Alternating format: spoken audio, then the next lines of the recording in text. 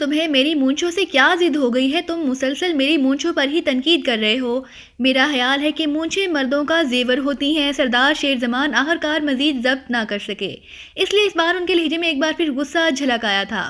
بالکل بالکل جناب، لیکن وہ کیا کہتے ہیں، نہیں ضرورت زیور کی جسے خوبی خدا نے دی، کچھ ایسا ہی شعر ہے۔ لیکن اب ان بیچارے شاعروں کو کیا علم کہ جب خدا نہ دے تو بندہ بیچارہ اس کے سوا اور کیا کر سکتا ہے کہ زیور ہی پہن لے۔ اس کے بس میں جو کچھ ہو سکتا ہے وہ تو کرے، عمران نے کہا، اور سردار شیر زمان کا چہرہ یکلخت غصے کی شدت سے بگڑ سا گیا۔ تم باز آنے والے نہیں ہو اور مسئلہ یہ ہے کہ مہمان بھی ہو۔ ٹھیک ہے تم آرام کرو، ملازم تمہیں کمرہ دکھا دے گا، سردار شیر زمان نے ہونٹ کاٹتے ہوئے کہا اور اٹھ کر تیزی سے بیرونی دروازے کی طرف بڑھ گئے۔ بڑی جلدی بھاگ گئے، آکسفورڈ سے ماسٹر ڈگری اور نام شیر زمان، اس پر اتنی لمبی مونچھیں اور حوصلہ چڑیا جیسا، عمران نے بڑبڑاتے ہوئے کہا اور اٹھ کر ایک سائٹ پر موجود کتابوں کی شیلف کی طرف بڑھ گیا جہاں بڑے کرینے سے کتابیں رکھی گئی تھیں۔ ویسے عمران کو یہ سن کر واقعی حیرت ہوئی تھی کہ سردار شیر زمان صاحب نے آکسفورڈ سے ماسٹر ڈگری لی ہوئی ہے، کیونکہ سردار شیر زمان اپنی ظاہری حالت سے اس قدر پڑھا لکھا نظر نہ آتا تھا، لیکن کتابوں کو دیکھ کر وہ بے اختیار چونک پڑا۔ تمام کتابیں انسانی ذہن پر جدید ریسرچ پر مبنی تھیں اور ان میں واقعی کئی انتہائی نایاب کتب بھی شامل تھی۔ اسی لمحے وہی ملازم اندر داخل ہوا جو دودھ کا گلاس رکھ کر گیا تھا۔ صاحب آپ نے دودھ نہیں پیا؟ ملازم نے حیرت بھرے لہجے میں کہا، میں ٹھنڈا کر کے پینے کا عادی ہوں، کیا نام ہے تمہارا؟ عمران نے مڑ کر ملازم سے مخاطب ہو کر کہا، میرا نام شمس ہے جناب، ملازم نے مودبانہ لہجے میں جواب دیا۔ کب سے سردار صاحب کے ملازم ہو؟ عمران نے پوچھا۔ جی گزشتہ 10-12 سالوں سے، ملازم نے حیران ہوتے ہوئے جواب دیا۔ سردار صاحب بتا رہے تھے کہ تم نے انہیں اتنی لمبی مونچھیں رکھنے کا مشورہ دیا تھا، کیا واقعی ایسا ہے؟ حالانکہ تمہاری اپنی مونچھیں اس قدر لمبی نہیں ہیں، عمران نے بڑے سادہ سے لہجے میں کہا۔ میری کیا جرت ہے جناب کہ میں انہیں کوئی مشورہ دے سکوں؟ ویسے سردار صاحب کو مونچھوں کا شوق 1-2 سال سے ہی ہوا ہے، ورنہ پہلے تو نہ ہی ان کی مونچھیں تھیں اور نہ ہی وہ اس طرح سادگی سے رہتے تھے، ہر وقت سوٹ پہنتے تھے، مگر جب نہ انہوں نے راجہ باغ میں تہخانے بنوائے ہیں، مونچھیں بھی رکھوا لی ہیں اور بالکل سادہ رہنے لگ گئے ہیں۔ ملازم نے سادہ سا جواب دیتے ہوئے کہا۔ راجہ باغ میں تہخانے؟ کیا مطلب؟ میں سمجھا نہیں، عمران نے چونک کر کہا۔ آپ جناب انہیں یہ مت بتائیں کہ میں نے آپ سے تہخانوں کی بات کی ہے، ورنہ وہ مجھے قتل کرا دیں گے۔ آپ ان کے مہمان ہیں، اس لیے میرے منہ سے اچانک یہ بات نکل گئی ہے۔ ملازم نے یکلخت اس طرح خوفزدہ ہوتے ہوئے کہا جیسے یہ بات کر کے اس نے اپنی موت مقدر کر لی ہو۔ تم قطعی بے فکر رہو، عمران نے اسے تسلی دیتے ہوئے کہا۔ آپ یہاں کچھ نہ پوچھیں جناب، سردار کمرے میں چلیں، وہاں میں بتاؤں گا جہاں سردار صاحب کسی بھی وقت آ سکتے ہیں۔ ملازم نے خوفزدہ انداز میں ادھر ادھر دیکھتے ہوئے کہا، ٹھیک ہے چلو، عمران نے کہا اور ملازم تیزی سے مڑ کر دروازے کی طرف بڑھ گیا۔ عمران بھی خاموشی سے اس کے پیچھے چل پڑا، لیکن اب اس کے چہرے پر گہرے سنجیدگی طاری تھی۔ سیاہ رنگ کی بڑی سی کار حاصل رفتار سے ٹریفک کے بے پناہ ہجوم میں راستہ بناتی ہوئی آگے بڑھی چلی جا رہی تھی۔ ڈرائیونگ سیٹ پر ایک بھاری جسم کا نوجوان بیٹھا ہوا تھا، جبکہ عقبی سیٹ پر ایک نوجوان لڑکی تقریباً نیم دراز انداز میں موجود تھی۔ اس کی آنکھوں پر گہرے رنگ کا چشمہ تھا، جسم پر شوخ رنگ کا اسکرٹ تھا، اس کے بال اخروٹی رنگ کے تھے جو اس کے سرخ اور سفید چہرے پر بے حد بھلے لگ رہے تھے۔ مادام آپ کی طبیعت سے تو ظاہر ہوتا ہے کہ کوئی خاص مشن درپیش ہے، ڈرائیور نے اس عورت سے انتہائی مودبانہ لہجے میں بات کرتے ہوئے کہا۔ لگتا تو ایسے ہی ہے، عورت نے مختصر سا سپاٹ لہجے میں کہا، جیسے وہ اس سلسلے میں مزید کوئی بات نہ کرنا چاہتی ہو۔ کار مختلف سڑکوں سے گزرنے کے بعد ایک نو آباد کالونی میں داخل ہوئی اور پھر آہستہ آہستہ چلتی ہوئی وہ ایک سائڈ پر الگ تھلگ سی بنی ہوئی 2 منزلہ کوٹھی کی سیاہ رنگ کے بڑے گیٹ کے سامنے پہنچ کر رک گئی۔ ڈرائیور نے ڈیش بورڈ کے نیچے ہاتھ بڑھا کر ایک بٹن دبایا تو بڑا سا سیاہ رنگ کا پھاٹک آٹومیٹک انداز میں کھل گیا اور ڈرائیور کار اندر لے گیا۔ پوش کے وسیع برآمدے میں 4 غیر ملکی کاندھوں سے مشین گنیں لٹکائے بڑے مودبانہ انداز میں کھڑے تھے۔ کار رکتے ہی مادام دروازہ کھول کر نیچے اتری اور پھر تیزی سے چلتی ہوئی عمارت کے اندر داخل ہو گئی۔ اس کے انداز میں بے پناہ پھرتی تھی، یوں لگتا تھا جیسے اس کے جسم میں خون کی بجائے پارا دوڑ رہا ہو۔ چند لمحوں بعد وہ ایک بند دروازے پر پہنچ کر رک گئی۔ اس نے ہاتھ اٹھا کر محسوس انداز میں دروازے پر دستک دی اور آنکھوں پر موجود گاگل اتار کر اس نے ہاتھ میں لے لی۔ یس کم ان، اندر سے ایک بھاری آواز سنائی دی اور مادام دروازہ دھکیل کر اندر داخل ہو گئی۔ یہ ایک بڑا سا کمرہ تھا جس کے فرش پر دبیز قالین بچھا ہوا تھا۔ کمرے کے آخر میں کنارے پر ایک بڑی سی میز تھی جس کے پیچھے ادھیڑ عمر آدمی بیٹھا ہوا تھا۔ اس کے چہرے پر بے پناہ سختی تھی، وہ کسی بت کی طرح اونچی نشست کی کرسی پر بیٹھا ہوا تھا۔ اس کے جسم پر بھی گہرے رنگ کا سوٹ تھا۔ بیٹھو ماریا، میز کے پیچھے بیٹھے ہوئے آدمی نے سخت لہجے میں کہا اور لڑکی جسے ماریا کے نام سے پکارا گیا تھا خاموشی سے میز کی دوسری طرف رکھی ہوئی 4 کرسیوں سے ایک پر بیٹھ گئی۔ اس کے بیٹھنے کا انداز خاصا مدبانہ تھا۔ یس باس، ماریا نے کرسی پر بیٹھتے ہوئے کہا۔ یہ فائل دیکھو۔ باس نے میز پر رکھی ہوئی ایک فائل کی طرف اشارہ کرتے ہوئے کہا جس کا کور گہرے رنگ کا تھا۔ ماریا نے فائل اٹھائی اور اسے کھول کر دیکھنے لگی۔ فائل میں صرف ایک کاغذ تھا جس پر تحریر ٹائپ شدہ تھی۔ وہ تحریر کو تیزی سے پڑھنے لگی، پھر اس نے فائل بند کی اور اسے دوبارہ میز پر رکھ دیا۔ یس باس، ماریا نے اسپاٹ لہجے میں کہا۔ کیسا مشن ہے؟ باس نے اسی طرح بھاری لہجے میں پوچھا۔ ٹھیک ہے باس، اگر آپ کا یہ فیصلہ ہے کہ یہ مشن مجھے مکمل کرنا ہے تو میں اس فاصلے کی پابند ہوں، ورنہ میری ذاتی رائے یہ ہے کہ یہ مشن ماریا سیکشن کا نہیں ہے، کوئی عام سا ایجنٹ اسے سر انجام دے سکتا ہے، ماریا نے جواب دیتے ہوئے کہا۔ اس کا مطلب ہے کہ یہ مشن تمہارے معیار کا نہیں، یہی کہنا چاہتی ہو تم؟ باس نے ہنکارا ابھرتے ہوئے کہا۔ میں نے پہلے کہا ہے باس کہ اگر آپ اسے ماریا سیکشن کے معیار کا سمجھتے ہیں تو ہوگا، ورنہ بہرحال میں مزید کچھ کہنا مناسب نہیں سمجھتی، ماریا نے جواب دیتے ہوئے کہا۔ اوگاس سیکشن سے واقف ہو تم؟ باس نے اسپاٹ لہجے میں پوچھا۔ اوگاس؟ او یس باس، کیا ہوا اسے؟ ماریا نے چونک کر پوچھا۔ وہ اس مشن میں ناکام ہو کر موت کے گھاٹ اتر چکا ہے، باس نے کہا تو ماریا بے اختیار کرسی سے اچھل پڑی۔ اوگاس ناکام ہو کر موت کے گھاٹ اتر چکا ہے اس معمولی سے مشن میں؟ ماریا کی آنکھیں حیرت سے پھیلتی چلی گئیں۔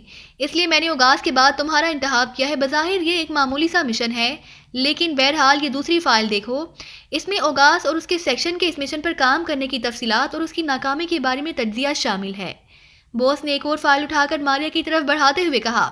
ماریا نے باس کے ہاتھ سے فائل لی اور پھر اسے کھول کر پڑھنے لگی۔ اس فائل میں 10 کاغذ تھے جن پر باریک الفاظ سے تحریر ٹائپ کی گئی تھی۔ ماریا جسے اسے پڑھتی گئی اس کے چہرے پر حیرت کے تاثرات بڑھتے گئے۔ تو یہ ٹاپ سیکرٹ ہے، بے حد طاقتور تنظیم ہے، میں سمجھی پاکستان کی معمولی سی تنظیم ہوگی، اب یہ واقعی میری لائن کا مشن ہے۔ آئی ایم سوری باس، مجھے پہلے ان حالات کا علم نہ تھا، ماریا نے ایک طویل سانس لے کر فائل بند کرتے ہوئے کہا۔ جب میں نے اوگاس کے حوالے یہ مشن کیا تھا اس وقت اوگاس کی بھی یہی رائے تھی جو تمہاری تھی، لیکن تم نے دیکھا ٹاپ سرکٹ نے اوگاس اور اس کے سیکرٹ کا کیا حشر کیا ہے۔ اوگاس سے حماقت یہی ہوئی کہ اس نے اسے معمولی مشن سمجھتے ہوئے اس پر لاپرواہی کے انداز میں کام کیا اور نتیجہ تم نے پڑھ لیا، باس نے کہا۔ یس باس، آپ بے فکر رہیں، اب مجھے اس مشن کی صحیح اہمیت کا احساس ہو گیا ہے، اب میں اس ٹاپ سرکٹ سے اچھی طرح نمٹ لوں گی، ماریا نے کہا۔ اوکے، تم نے دیکھا ہوگا کہ اس مشن کی خاص بات یہ ہے کہ اوگاس ٹاپ سرکٹ کے کسی اہم آدمی کو ٹریس کرنے میں ناکام رہا، جبکہ ٹاپ سرکٹ والوں کو اس کے اور اس کے سیکشن کی وہاں موجودگی اور ان کی نقل و حرکت کا بخوبی علم رہا۔ نتیجہ یہ نکلا کہ انہوں نے ایک ہی وقت میں بھرپور وار کر کے پورے سیکشن کا خاتمہ کر دیا۔ اوگاس سیکشن کے خاتمے کے بعد میں نے وہاں خاصا کام کرایا ہے، بڑی مشکل سے صرف اتنا معلوم ہو سکا ہے کہ پاکستان کے دارالحکومت میں ایک کلب ہے، برائٹ کلب، اس کا مالک البرٹ ٹاپ سرکٹ کا خاص آدمی ہے، لیکن وہ محتاط آدمی ہے۔ تم نے اپنے مشن کا آغاز اس البرٹ سے کرنا ہے، اگر تم البرٹ کو شیشے میں اتارنے میں کامیاب ہو گئی تو تم آسانی سے آگے بڑھ سکو گی، ورنہ تمہارا بھی وہی حشر ہوگا جو اس سے پہلے اوگاس سیکشن کا ہوا ہے، باس نے کہا۔ آپ ماریا کو اچھی طرح جانتے ہیں باس، اس لیے بے فکر رہیں، مشن قطعی کامیاب رہے گا، لیکن ایک بات میری سمجھ میں نہیں آئی کہ اوگاس کے اس مشن کی تفصیلات میں کہیں بھی پاکستان کی کسی سرکاری ایجنسی کی مداخلت کا کوئی ذکر نہیں۔ حالانکہ پاکستان کے بارے میں عام طور پر مشہور ہے کہ وہاں کی سرکاری ایجنسیاں ایسی تنظیموں کے خلاف بے حد فعال رہتی ہیں، ماریا نے کہا۔ تم نے اچھا پوائنٹ سوچا ہے ماریا، پاکستانی سیکرٹ سروس بے حد فعال ہے، لیکن اس سارے معاملے میں اب تک سیکرٹ سروس یا کسی دوسری ایجنسی کو کسی بات کا بھی علم نہیں ہو سکا، ورنہ تم جانتی ہو کہ ٹاپ سرکٹ تنظیم وہاں کام ہی نہ کر سکتی، لیکن تم نے فائل میں پڑھا ہوگا کہ ٹاپ سرکٹ نے وہاں اپنا خاصا جال پھیلا رکھا ہے، باس نے جواب دیتے ہوئے کہا۔ تو پھر باس، ایسا بھی تو ہو سکتا ہے کہ ٹاپ سرکٹ کے خلاف ہم پاکستان کسی سرکاری ایجنسی کو اطلاع دے دیں اور خود اس کی نگرانی کریں، جیسے ہی یہ لوگ ٹاپ سرکٹ کا خاتمہ کریں ہم اپنا اصل مشن مکمل کر لیں، ماریا نے جواب دیتے ہوئے کہا۔ ٹاپ سرکٹ کا بھی خاتمہ ہو جائے گا اور اصل مشن کا بھی، اور ہم صرف منہ دیکھتے رہ جائیں گے، باس نے اس بار سخت لہجے میں کہا۔ وہ کیسے باس؟ ماریا نے حیران ہو کر کہا۔ سنو ماریا، تم شاید یہ سمجھ رہی ہو کہ ہمارا اصل مشن ٹاپ سرکٹ کا خاتمہ اور اس کے چیف کا اغوا ہے، باس نے کہا۔ یس باس، اصل مشن تو یہی ہے کہ ٹاپ سرکٹ کا خاتمہ کر کے ہم اس کے چیف کو اغوا کر کے یہاں لے آیا جائے، سرکاری ایجنسی ظاہر ہے چیف کو گرفتار کر کے قانون کے حوالے کر دے گی، وہاں سے ہم آسانی سے اسے اغوا کر کے لے آئیں گے، اس طرح ہمیں زیادہ جدوجہد بھی نہ کرنی پڑے گی اور ہمارا اصل مشن بھی مکمل ہو جائے گا، ماریا نے کہا۔ نہیں، صرف چیف کا اغوا ہی اصل مشن نہیں ہے، ہمارا اصل مشن ایک فارمولے کا حصول ہے جسے مائنڈ ماسٹر کہا جا سکتا ہے۔ سرکاری ایجنسی نے ٹاپ سرکٹ کے خلاف کام شروع کیا تو انہیں مائنڈ ماسٹر فارمولے کا بھی علم ہو جائے گا اور پھر یہ فارمولہ پاکستان کے قبضے میں چلا جائے گا، اس طرح ہمارا اصل مشن ہی ختم ہو جائے گا، باس نے کہا۔ اس فارمولے کی کیا تفصیلات ہیں باس؟ ماریا نے ہونٹ چباتے ہوئے کہا۔ مکمل تفصیلات کا تو علم مجھے بھی نہیں، البتہ یہ معلوم ہوا ہے کہ پاکستان کے کسی پرائیویٹ سائنسدان نے ایک ایسا فارمولہ ایجاد کیا ہے جس کی مدد سے کسی بھی علاقے میں رہنے والے افراد کے ذہنوں کو مصنوعی طریقے سے کنٹرول کیا جا سکتا ہے۔ اس طرح کنٹرول میں لے کر جب تک ان کے ذہنوں کو کنٹرول سے آزاد نہ کیا جائے وہ کنٹرولر کے اشارے پر ہر کام کر سکتے ہیں۔ بالکل نارمل انداز میں یہ ایک ایسا انقلابی فارمولہ ہے جسے اگر وسیع رینج تک تیار کر لیا جائے تو یہ ایک بہترین ہتھیار بھی بن سکتا ہے۔ ٹاپ سرکٹ یقیناً اسے صرف دولت کے حصول کے لیے تیار کر رہی ہوگی، لیکن ہم اسے بطور اپنا اہم دفاعی ہتھیار کے تیار کرنا چاہتے ہیں۔ مثال کے طور پر ہم یہاں بیٹھے بیٹھے دنیا کے کسی بھی آدمی کے ذہن کو کنٹرول کر کے اس سے وہ سب کام کرا سکتے ہیں جو ہم چاہیں، اور وہ یہ کام بالکل اس طرح کرے گا جیسے وہ قطعی نارمل ہو، کسی کو شک بھی نہیں پڑ سکتا کہ وہ کنٹرولڈ ہے۔ اس طرح ہماری حکومت سیاسی طور پر بھی اور دفاعی لحاظ سے بھی اپنی مرضی کے نتائج حاصل کر سکتی ہے۔ مزید تفصیلات تم خود سوچ سکتی ہو۔ اس لحاظ سے یہ واقعی ایسی انقلابی ایجاد ہے جس سے پوری دنیا کا نقشہ ہی بدل سکتا ہے۔ یہ فارمولہ انتہائی خفیہ تھا، لیکن پھر ہماری حکومت کو کسی ذریعے سے اس فارمولے کا علم ہوا تھا۔ ہماری حکومت نے اس فارمولے میں دلچسپی ظاہر کی۔ حکومت کے مخبروں نے اس فارمولے کا کھوج نکالنے کی بے حد کوشش کی، لیکن صرف اتنا معلوم ہو سکا کہ کوئی ٹاپ سرکٹ نامی تنظیم اس فارمولے پر کام کر رہی ہے۔ اس سے زیادہ کچھ معلوم نہ ہو سکا۔ چنانچہ یہ مشن میرے ذمہ لگایا گیا۔ میں نے اوغاز سیکشن کو اس مشن پر تعینات کیا، لیکن نتیجہ ناکامی کی صورت میں نکلا۔ اس کے بعد میں نے مزید تحقیقات کرائیں تو برائٹ کلب کے مالک البرٹ کا کلیو مل گیا۔ اس کی مکمل نگرانی کرائی، لیکن اس نگرانی سے کچھ حاصل نہ ہو سکا۔ چنانچہ میں نے فیصلہ کیا کہ تمہارے سیکشن کو حرکت میں لایا جائے۔ تمہارے سیکشن نے بے شمار یادگار مشن سر انجام دیے ہیں، اس لیے مجھے یقین ہے کہ تم اس مشن میں کامیاب ہو جاؤ گی۔ البرٹ کے بارے میں صرف میں نے تمہیں ٹپ دی ہے، اس ٹپ کو استعمال کرنا یا نہ کرنا تمہاری اپنی مرضی پر منحصر ہے۔ مجھے بہرحال یہ فارمولہ چاہیے اور ساتھ ہی اسٹاف سرکٹ کا مکمل خاتمہ، تاکہ اس فارمولے کے بارے میں کسی دوسرے کو علم ہی نہ ہو سکے۔ باس نے کہا، کیا یہ ٹاپ سرکٹ کسی ملک کی سرکاری تنظیم ہے باس؟ ماریا نے پوچھا۔ نہیں، اس بارے میں تفصیلات نہیں مل سکیں۔ ہو سکتا ہے کہ غیر ملکی تنظیم ہو، اور یہ بھی ہو سکتا ہے کہ پاکستان کی مقامی تنظیم ہو۔ میں نے اپنے طور پر تفصیلات معلوم کرائی ہیں، لیکن ٹاپ سرکٹ کی کوئی تنظیم کسی بھی بڑے ملک کی سرکاری تنظیم نہیں ہے، اور نہ اس تنظیم کے بارے میں کہیں سے تفصیلی معلومات مل سکی ہیں، باس نے کہا۔ اوکے باس، آپ بے فکر رہیں، میں سب کچھ آسانی سے کر لوں گی۔ اوغاز سے یہ حماقت ہوئی کہ اس نے زیر زمین عام مجرموں سے رابطہ قائم کیا، جس کی وجہ سے اسے تو کچھ نقصان نہ ہو سکا، البتہ وہ خود ان کی نظروں میں آ گیا۔ دوسرے ذرائع نے اس بارے میں معلومات حاصل کروں گی، اور پوری معلومات مل جانے کے بعد باقاعدہ منصوبہ بندی کر کے اپنے سیکشن کو وہاں کال کروں گی۔ فی الحال میں اپنے ساتھ صرف انڈرسی کو لے جاؤں گی، ماریا نے تفصیل بتاتے ہوئے کہا۔ ٹھیک ہے، جس طرح چاہو کام کرو، مجھے بہرحال مشن کی کامیابی چاہیے، صرف کامیابی، باس نے کہا، اور ماریا سر ہلا کر اٹھ کھڑی ہوئی اور اس نے سلام کیا اور پھر تیزی سے بیرونی دروازے کی طرف بڑھ گئی۔ ہاں، اب بتاؤ کہ تم کن تہھانوں کی بات کر رہے تھے؟ عمران نے ایک کمرے میں پہنچتے ہی ملازم شمس سے مخاطب ہو کر کہا۔ سردار صاحب نے 2 سال پہلے راجہ باغ کے اندر خفیہ تہخانہ بنوائے تھے جناب، لیکن سوائے اپنے وہ کسی اور کو ان تہخانوں کے اندر جانے کی اجازت نہیں دیتے۔ وہ خود سارا دن وہاں رہتے ہیں۔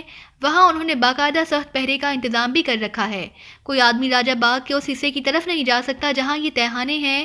اب بھی سردار صاحب وہیں تھے کہ بیگم صاحبہ نے مہمانوں کی آمد کی اطلاع انہیں فون پر دی اور وہ یہاں آ گئے، اور اب وہ یقیناً واپس وہیں چلے جائیں گے آپ کے جانے کے بعد، ملازم نے سرگوشیانہ لہجے میں کہا، اور پھر تیزی سے مڑ کر دروازے سے باہر نکل گیا۔ تو یہ سردار شیر زمان کے لیے کسی پراسرار دھندے میں ملوث ہے، عمران نے ہونٹ چباتے ہوئے کہا، لیکن یہ بات اس کی سمجھ میں نہ آ رہی تھی کہ آخر ان تہخانوں میں وہ کیا کرتا ہوگا۔ کیا وہاں منشیات اسٹور کی جاتی ہیں یا کوئی اور کام ہوتا ہے؟ فی الحال تو اس کی چیکنگ کا وقت نہ تھا، لیکن عمران نے سوچ لیا تھا کہ اماں بھی اور سریا کا واپس پہنچا کر وہ خود اکیلا واپس آئے گا اور ان تہخانوں کے بارے میں معلومات حاصل کرنے کی کوشش کرے گا۔ یہ سوچ کر ہی عمران مطمئن ہو گیا۔ دوپہر کو جب ملازم نے اسے کھانے کی اطلاع دی، ڈائننگ روم میں اس کی ملاقات ایک بار پھر سردار شیر زمان سے ہو گئی۔ آؤ عمران بیٹا، آئی ایم سوری تمہیں اکیلا بور ہونا پڑا، سردار شیر زمان نے عمران کے ڈرائنگ روم میں داخل ہوتے ہی مسکراتے ہوئے کہا، اور ان کے لہجے میں نرمی تھی۔ ابھی نوبت یہاں تک نہیں پہنچی کہ تنہائی دور کرنے کے لیے مجھے تہخانوں کی ضرورت پڑے۔ عمران نے کرسی پر بیٹھتے ہوئے مسکرا کر کہا تو سردار شیر زمان بے اختیار چونک پڑے۔ تہخانے؟ کیا مطلب؟ یہ تہخانوں کا کیا ذکر آ گیا؟ سردار شیر زمان کا لہجہ ایک بار پھر قدرے سخت سا ہو گیا۔ راجوں اور جاگیرداروں کا تو شغل ہوتا ہے کہ وہ باغوں میں تہخانے بنواتے ہیں اور وہاں تنہائی دور کرنے کا سامان کرتے ہیں، عمران نے مسکراتے ہوئے جواب دیا۔ تو تمہیں راجہ باغ کے تہانوں کا علم ہو گیا ہے، یقیناً اسی شمس نے بتایا ہوگا، لیکن تم نے تنہائی دور کرنے کے الفاظ کیوں کہے ہیں؟ سردار شیر زمان کا چہرہ غصے کی شدت سے سرخ پڑ گیا۔ ظاہر ہے جب آدمی تہانوں میں بیٹھ کر مراقبہ کرتا ہے تو تنہائی دور ہو ہی جاتی ہے، عمران نے بڑے معصوم سے لہجے میں جواب دیا۔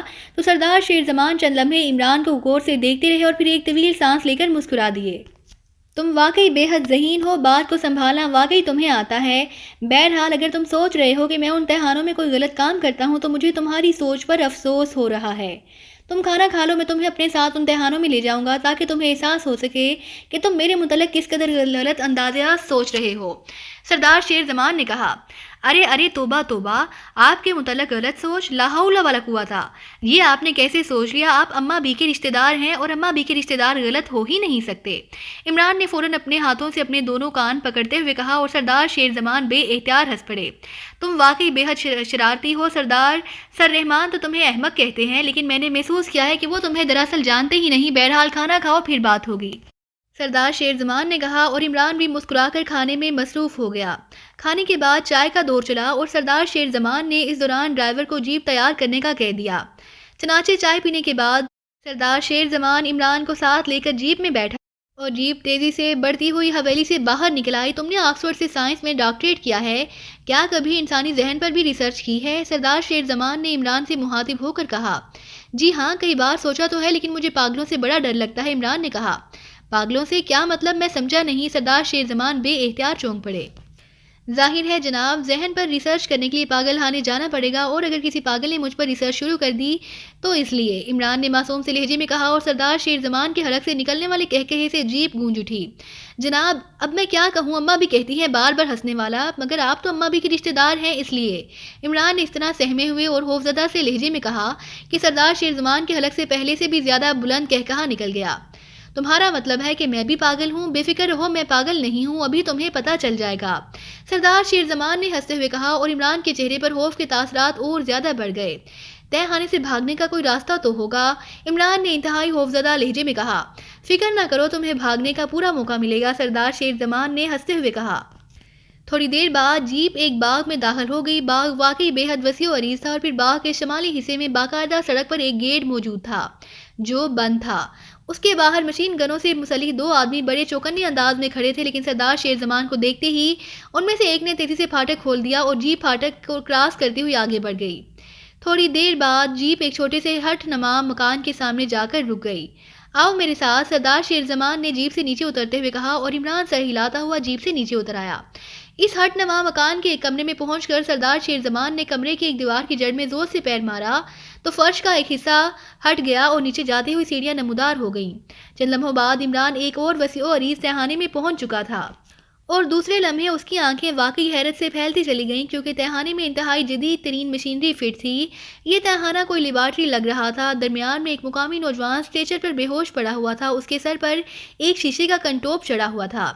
اس کنٹوپ سے بے شمار مختلف رنگوں کی تاریں ایک بڑی سی مشین کے ساتھ منسلک تھیں۔ چار مقامی نوجوان سفید کوٹ پہنے ہوئے اس مشین کے سامنے موجود تھے۔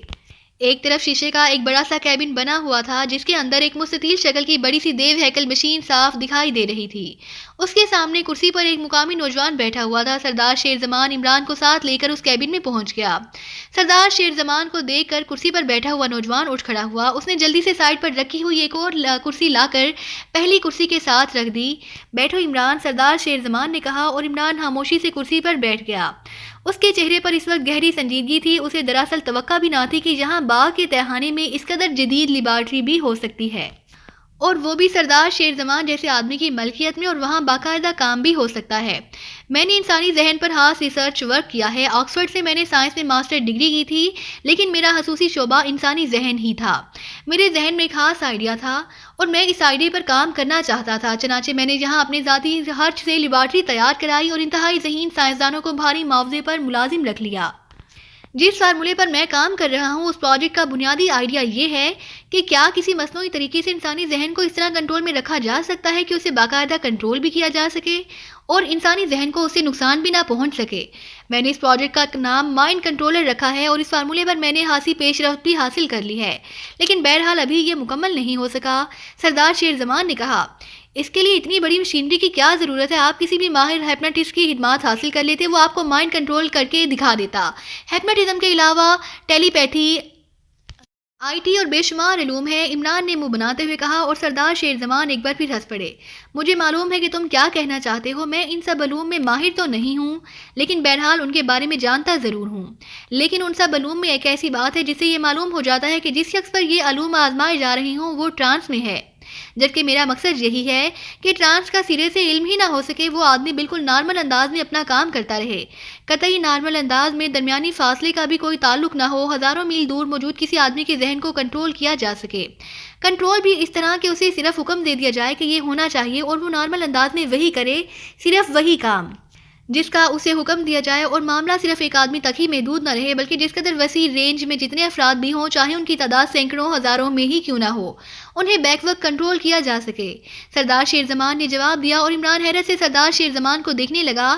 یہ واقعی ایک نیا اور اچھوتا آئیڈیا تھا اور بظاہر ناممکن بھی۔